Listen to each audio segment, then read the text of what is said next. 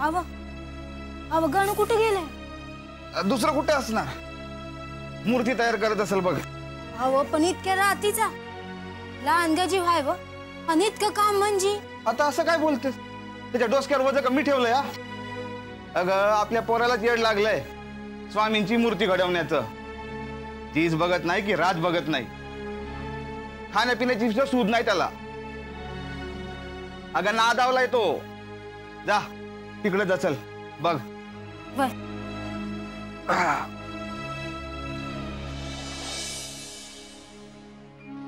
अरे गणू, अरे पोरा झोपायची आहे ही. झोप की जरा. रात्री मी तुला जबरदस्ती झोपवला, पण माझा डोळा लागलेला बघून पुन्हा येऊन इथे मूर्तीच्या कामाच्या उद्योगाला लागलास. बरं अगं आहे, सांगितलेल्या वेळेत काम पूर्ण व्हायला हवं की न ग? बर, पण कामाच्या वेळेला काम करावं आणि झोपायच्या वेळेला झोपायला हवं. नाहीतर काम करायला ताकद कशी येणार सांग बरं? अगं आहे, त्या काकू आलत्या नव, त्यासनी काय सांगितलं आपण? 15 दिवसात मूर्ती तयार करून देतो. 15 दिवस होतील उद्या. अगं आहे, उद्या ते येतील, त्यांना मूर्ती द्यायला हवी ना. बघ तूच म्हणतेस ना दिलेला शब्द पाळला पाहिजे म्हणून. अगं उद्या त्यांना मूर्ती दिली तर किती चांगलं होईल. आता थांब, थोडंसंच राहिले, एक हात फिरू दे. अरे एवढूसा जीव तुझा आणि किती मोठ्या मोठ्या गप्पा करून राहिला र. हे बघ, 1-2 दिवस इकडे तिकडे झालं ना तर काय बी आकाश कोसळत नाही. तू चल माझ्या संगत. अरे गणू, अरे काय रे, अरे किती अंग तापलंय बघ तुझं. अरे ताप भरलाय तुला आणि तू इथं मूर्ती घडवतोस वे. अरे बाळा, इतकं काम नग करूस. आपल्याला झेपेल ना तेवढंच करावं. चल बघू, तू आधी माझ्या संगत चल. अगं थांब ग, शेवटचा हात फिरवू दे. अजिबात नाही, शेवटचं नाही आणि पहिला नाही. मी तुला इथं बसू देणार नाही. चल उठ. थांब, हात धुऊ दे. उठा आता, चल ये बस इथं. आणि इथून अजिबात हालायचं नाही, नाहीतर इथंच बांधून ठेवीन मी तुला. काय ग, काय झालं? अहो बघा की, ताप भरलाय त्याला. अहो हात तर लावून बघा कसं भासतंय ती. बरं खरंच की, पण अचानक ताप कसा आला? आता एवढूशा पोरानं ढोरावानी काम केल्यावर दुसरं काय बनणार? आता उगाच मला दोष लावू नग. मी काय त्याला सांगितलं होतं रातभर जागून काम कराया? अगं समजा काम तो स्वतःच्या मनानच करत होता. समद ठाव हाय, पण आता इथंच बसून राहणार हायस का? नाही, जातो आणि वैद्यभुवांना घेऊन येतो. आणि बाबा, काकूंना बी निरोप द्यायचा आहे. त्यांना म्हणावं मूर्ती तयार झाली आहे, फक्त एक हात फिरवायचा बाकी आहे. एवढा हात फिरवला तर मूर्ती तयार. बघ आता बघ याला. अरे मूर्तीच्या नादानं आजारी झाला या, पण पोर मूर्तीचं नाद काही सोडत नाही. गण्या, तुझा निरोप मी धाडतो आणि येताना वैद्यभुवांना पण घेऊन येतो.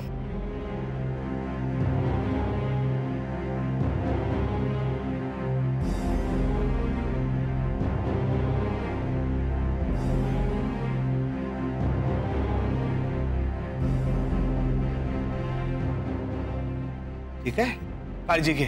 येतोच मी बोलावून त्यांना.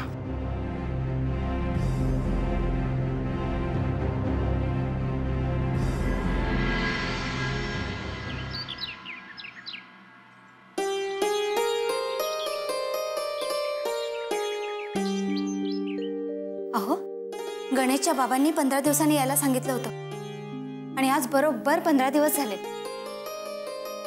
अगं 15 दिवस म्हणजे मोजून 15 दिवस नाही, एखाद दिवस मागे पुढे. आणि मूर्ती तयार झाल्यावर निरोप पाठवतो म्हणून सांगितलंय ना त्यांनी. या संदर्भात त्यांचा कसलाही निरोप आलेला नाही. निरोप आला की मी लगेच माणूस पाठवतो मूर्ती आणायला. मला तर बाई मूर्ती पाहण्याची अगदी उत्कंठा लागून राहिली आहे. संगीता, मला एवढंच वाटतंय,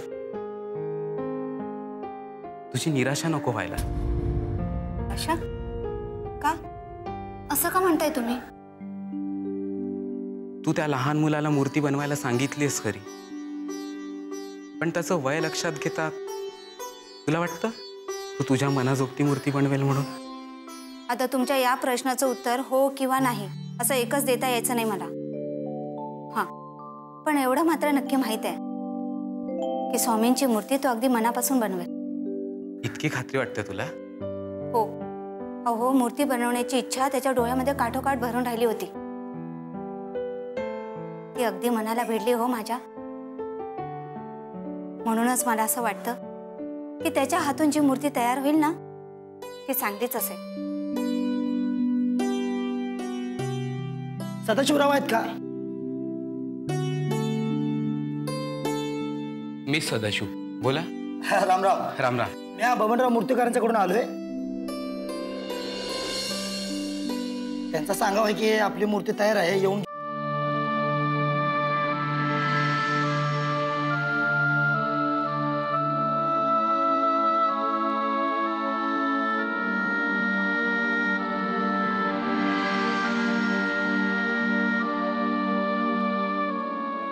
अहो वैद्य बुवा, अहो बोला की काय झालं या? माझं गणू असं निश्चित का पडलं या? तो बेशुद्ध आहे.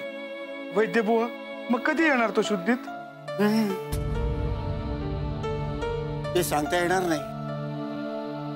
म्हणजे त्याच्या अंगात ताप आहे आणि तो कमीच होत नाहीये. आणि हा ताप जर असाच राहिला ना तर काय?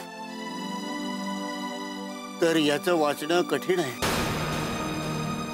अहो नाही, अहो असं बोलू नका. आमचा एकुलता एक लेक आहे हो. गणू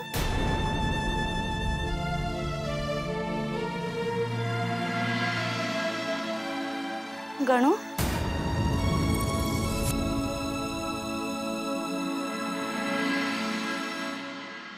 काय झालं गणूला? अहो आमचा गणू बघा ना, 30 रात मूर्ती घडवली. अहो इतकं कष्ट केलं त्यानं. हाल नाही, भूक नाही की झोप नाही, आणि आता आजारी पडलाय. आणि हे वैद्य बुवा म्हणतात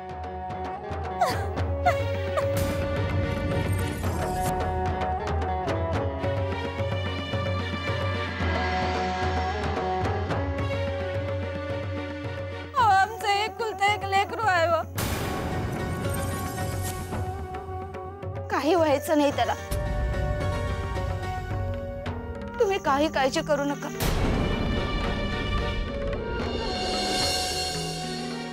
स्वामी, या गणूला तुमची मूर्ती बनवायला आम्ही सांगितलं होतं.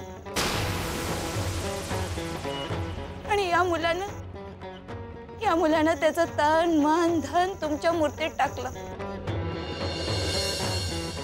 दिवस रात्र एक करून जीवाची पर्वा न करता त्यानं तुमची मूर्ती घडवली. आणि स्वामी, तुम्ही त्याच्या देहातून त्याचे प्राण काढून घेणार?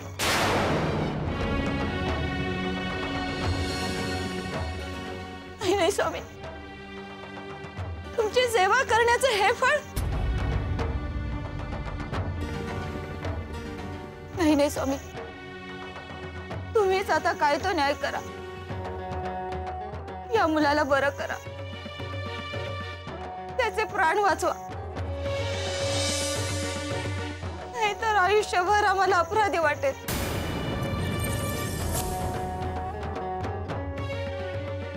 धावा स्वामी, कृपा करा स्वामी, धावा.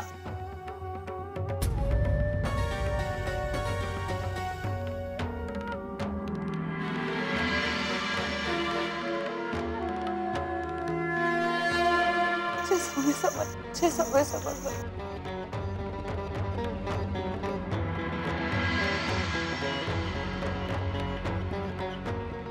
स्वामी समर्थ.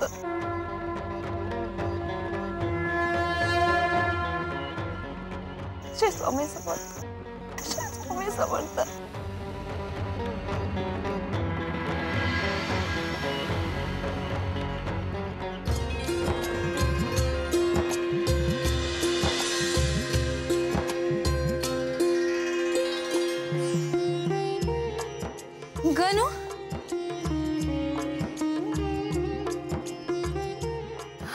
पोरा, हा गणू बघा. अरे च्या, हे असं अचानक कसं काय घडलं? हा तर चमत्कारच म्हणावा लागेल. याच्या अंगात आतापर्यंत असलेला ताप एकदम नाहीसा झाला.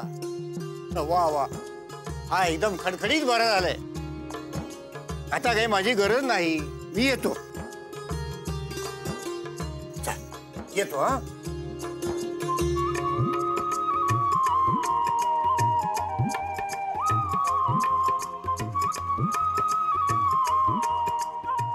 ही सगळी स्वामींची कृपा. स्वामींनी गणूचे प्राण परत केले.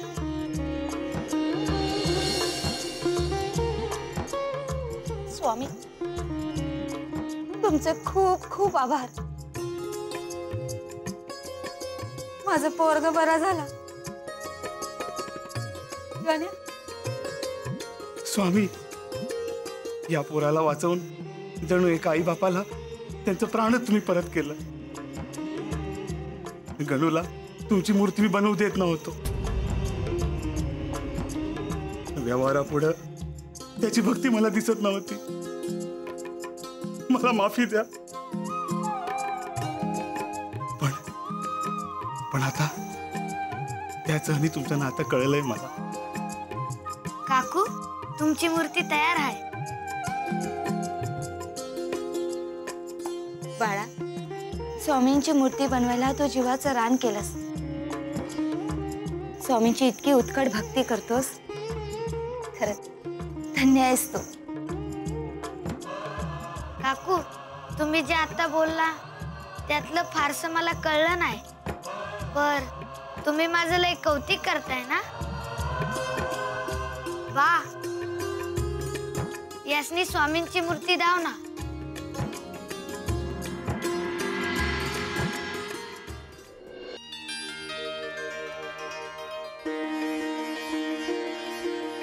ही बघा स्वामींची मूर्ती.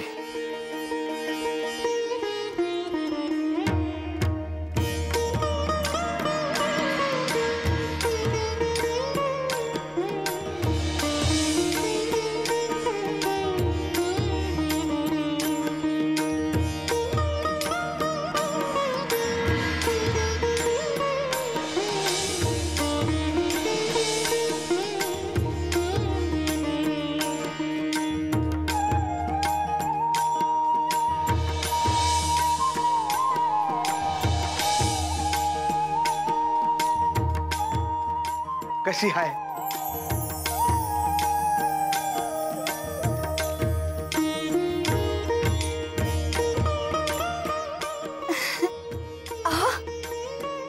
पाहिलं, ही तर हुबेहूब आपल्या मूर्तीसारखीच मूर्ती आहे.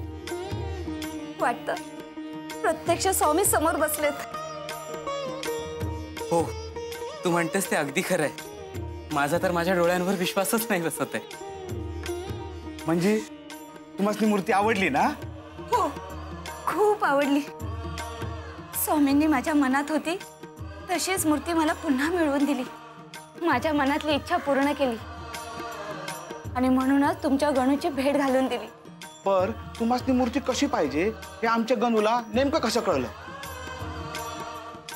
कारण आम्ही स्वामींचे भक्त आहोत आणि स्वामींचा एक भक्त दुसऱ्या भक्ताच्या मनातलं जाणू शकतो, त्या नजरेनं पाहू शकतो. आणि म्हणूनच मला नेमकी कशी मूर्ती हवी आहे हे त्यानं ओळखलं.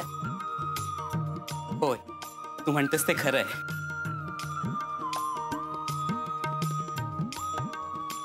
ठीक आहे, पैसे घ्या तुम्ही. पैसा? पण ते तर अगोदर दिलं की तुम्ही. आता आणि कसला पैसा? अहो, आमच्या मनात होती ना तशी स्वामींची मूर्ती मिळणंच कठीण झालं होतं. पण ते तुमच्या गणूमुळे शक्य झालं. स्वामींची ही मूर्ती आमच्यासाठी किती अनमोल आहे ना, याची कल्पना नाही यायची तुम्हाला. खरं तर गणूच्या कामाबद्दल कृतज्ञता वाटते, म्हणून मी हे बक्षीस देतोय. दादा, खूप मोठं मन आहे तुमचं. बरं, आता निघा तुम्ही. हो, आज रात्रीला अवस लागणार आहे. त्या अगोदर मूर्ती घेऊन तुम्ही घरला पोचा. हो, बरं झालं तुम्ही आठवण केलीत. रात्र होण्या अगोदर घरी जायला पाहिजे आणि अमावस्या लागायच्यात मूर्ती घरी गेलीच पाहिजे. होय होय. चला मी तुम्हाला गाडीपर्यंत सोडतो. हो हो चला चला.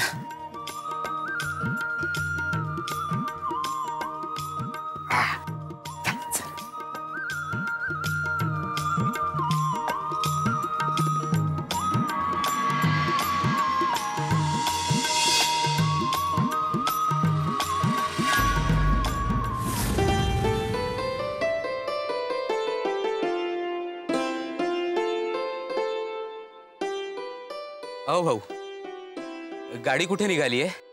नवीन दिसतं या भागात. हे बघा गाडी भरली आहे आणि आता ही शेवटची फेरी आहे. हो गाडीवाले, असं काय बोलता? एवढी जागा तर आहे गाडीत. होत आहे. आता तुम्हाला मी कसं समजावू? पुढच्या गावात अजून लय माणसं आहेत. त्यासने मी कुठं ठेवू हो? त्यांचा अगोदरच सांगावं माझ्याकडं. अहो असं काय करता? हो आम्ही दोघंच तर आहोत. बघा काही जमतं काय ते. आता ताई तुम्हाला कसं समजावू? पुढच्या गावात बी काय माणसं आहे ती, त्यासने मी कुठं ठेवायचं? त्यांचा अगोदरच मला सांगावं होता. अहो गाडीवाले, आमच्याकडे ही मूर्ती पण आहे. आमची परिस्थिती समजून घ्या आणि आम्हाला आज रात्रीच्या आत घरी पोहोचायचंय. हे बघा नाही जमायचं. अहो त्यासने जर नाही घेतलं का नाही तर ती माणसं माझा जीव खातील. अहो गाडीवाले दादा, घ्या की यांना बी गाडीत. अहो बाई माणूस आहे. अहो आम्ही सरकून बसू. तुम्ही लय सरकाल हो, पण पुढे किती माणसं आहे ती माझी मलाच माहिती आहे. त्यासने काय माझ्या डोक्यावर बसू? तर मी आता काय करू? मी एक गरीब माणूस आहे हो. मला पण या लोकांचं ऐकावं लागतं या. तेव्हा नाही जमायचं.